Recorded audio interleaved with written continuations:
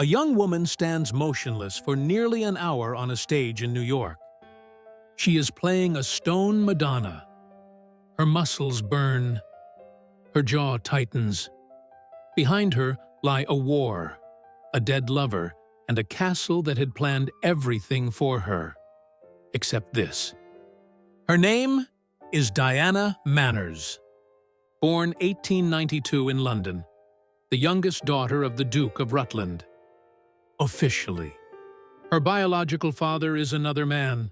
She grows up at Belvoir Castle in Leicestershire, pronounced Beaver. 500 years of family history. Towers, battlements, a peacock on the crest. The family motto, pour et parvenir, to attain. Diana will attain, just not in the way her mother planned. In the Elizabeth Saloon of the castle, there is a painted ceiling. Gods, putti, the family as Jupiter and Juno. A lover of the duchess of the time, it is said, was painted into the picture. Paid for by her husband. Diana grows up under this ceiling. Her father, the 8th Duke, is mainly interested in trout and actresses. Her mother runs the house. Violet, Duchess of Rutland, artist, salon hostess, strategist. She wants to make Diana the most beautiful woman in England. She succeeds. Diana comes out into society at 18, the 1910/11 season. Within months, she is the most photographed young woman in the country. What Diana doesn't know at this point, her mother has a lover too. His name is Harry Cust, writer, politician, charmer, heir to the Belton estate next door. Diana has his eyes, blue, deep. A former governess has been distributing pamphlets since 1908. Diana is Cust's daughter. Everyone knows. Diana does not. One evening after a party, a friend tells her, Edward Horner, as casually as one would talk about the weather, "Your father is not your father." Diana shrugs. She had loved her father, she writes later, and Harry Cust too. In London, Diana finds her own circle. They call themselves the coterie.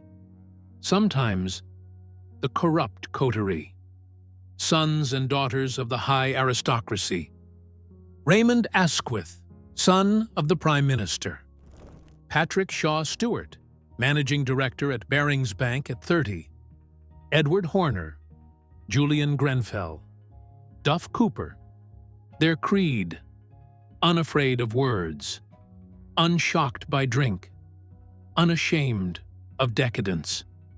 They dance at the Cave of the Golden Calf, London's first nightclub. They stage nightly treasure hunts by car through the counties. They sniff chloroform. They call it chlorers. One witness records, after a dinner, Diana announced she had to be unconscious tonight and went off in a taxi to fetch chloroform from the chemist. In May 1914, her friend Gustav Hamel crashes his plane into the English Channel. The body is never found. 2 months later, in July, the group is on the Thames at night for a boat party. Sir Dennis Anson jumps into the water on a dare. He drowns. A musician from the band, William Mitchell, jumps in to save him. He drowns too. The newspapers blame Diana.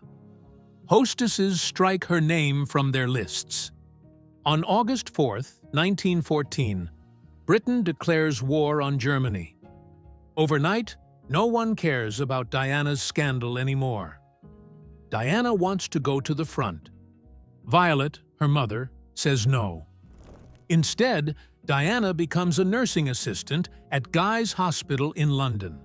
VAD, Voluntary Aid Detachment. The shift starts at 6 in the morning. Water, bandages, buckets, bedpans.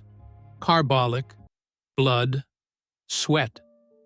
A music hall line from the war goes, "I'll eat a banana with Lady Diana, aristocracy working at Guy's."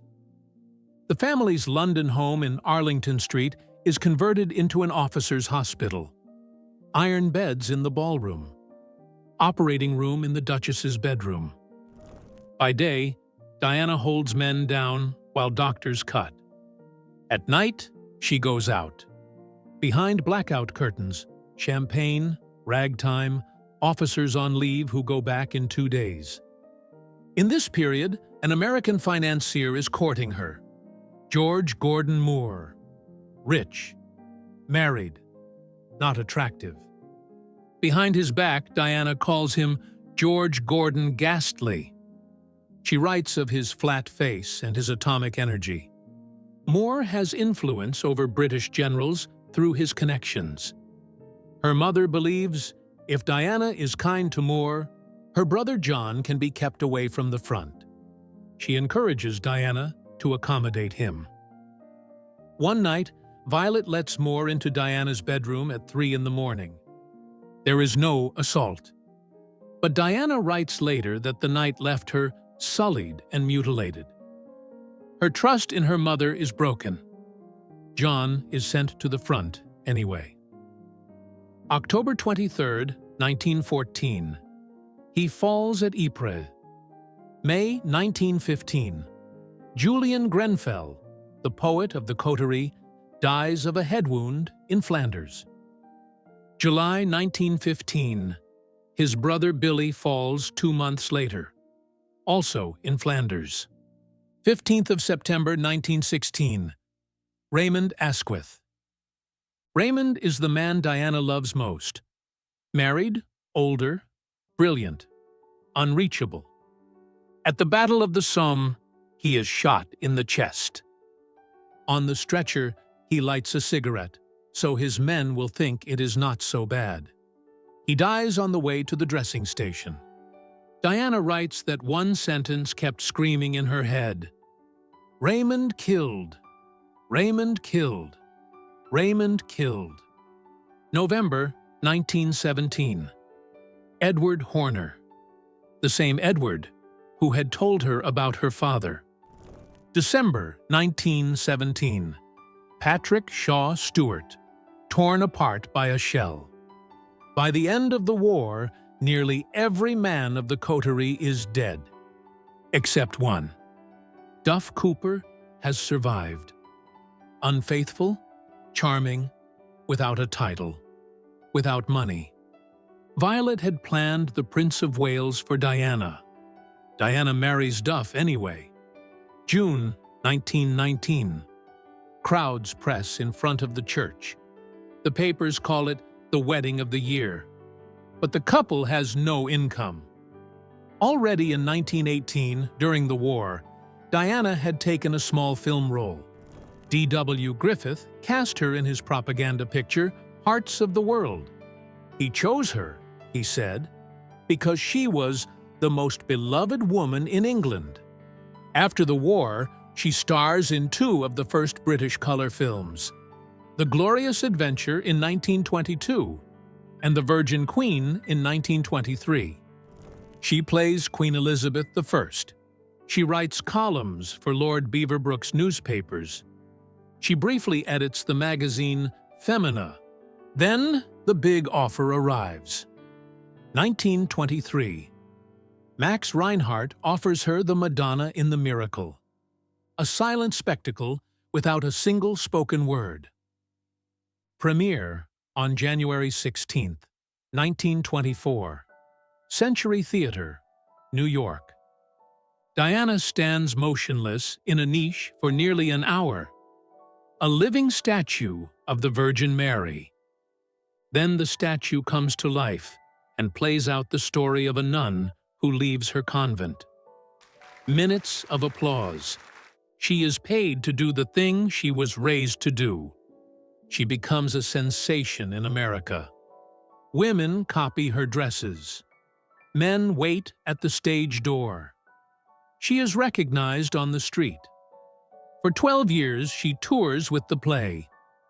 Detroit, Milwaukee, Dallas, then Europe, then England. The money pays for Duff's campaign.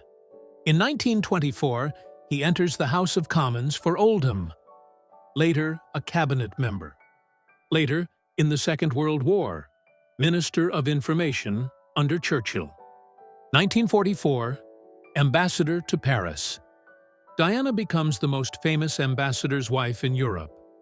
In 1936, she sails with the Prince of Wales and Wallis Simpson in the Adriatic, just as the scandal of their affair breaks. She runs the British Embassy in Paris through the reconstruction of France.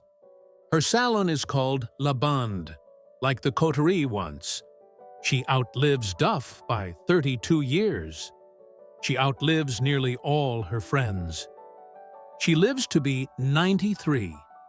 She lies in the family mausoleum at Belvoir.